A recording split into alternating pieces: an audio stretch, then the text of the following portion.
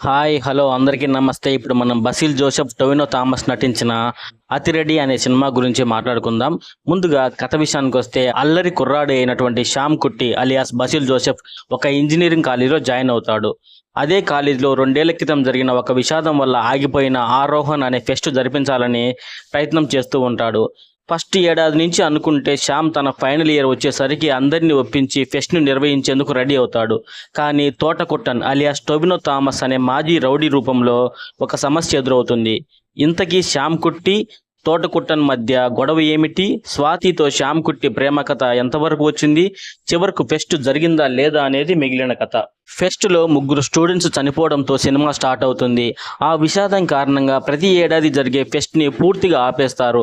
అదే కాలేజీలో కొన్నేళ్ల తర్వాత ఫస్ట్ ఇయర్లో జాయిన్ అయిన శ్యామ్ కుట్టి ఆ ఫెస్ట్ కోసం అంతలా ఎందుకు పట్టుబట్టాడు, చివరకు చేయగలిగాడా లేదా అనేది కన్విన్సింగ్గానే చూపించారు.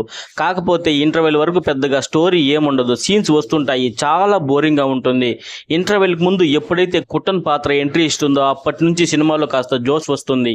ఇక సెకండ్ హాఫ్ అంతా కూడా కాలేజ్ స్టూడెంట్ అయిన శ్యామ్ రౌడీ షూటర్ నుంచి సింగర్గా మారాలనే ప్రయత్నాల్లో ఉన్నటువంటి కుట్టన్ మధ్య cat and mouse style fight జరుగుతూ ఉంటుంది. ఈ ఫైట్స్ అన్ని కూడా చాలా సరదాగా ఫన్నీగా సాగుతూ ఉంటాయి. క్లైమాక్స్ కొంచెం ఎమోషనల్గా ఉంటుంది. కాలేజీలో జరిగే స్టోరీ కావడంతో పెద్దగా ట్విస్ట్లు ఏమీ ఈ సినిమాలో ఉండవు, అంతా సరదాగా సాగిపోతుంది. కాకపోతే పెద్దగా స్టోరీ లేని సినిమాని కూడా 2.5 గంటల పాటు సాగదీశారు. ఫైనల్గా ఈ సినిమాకి నేనిచ్చే రేటింగ్ 2/5.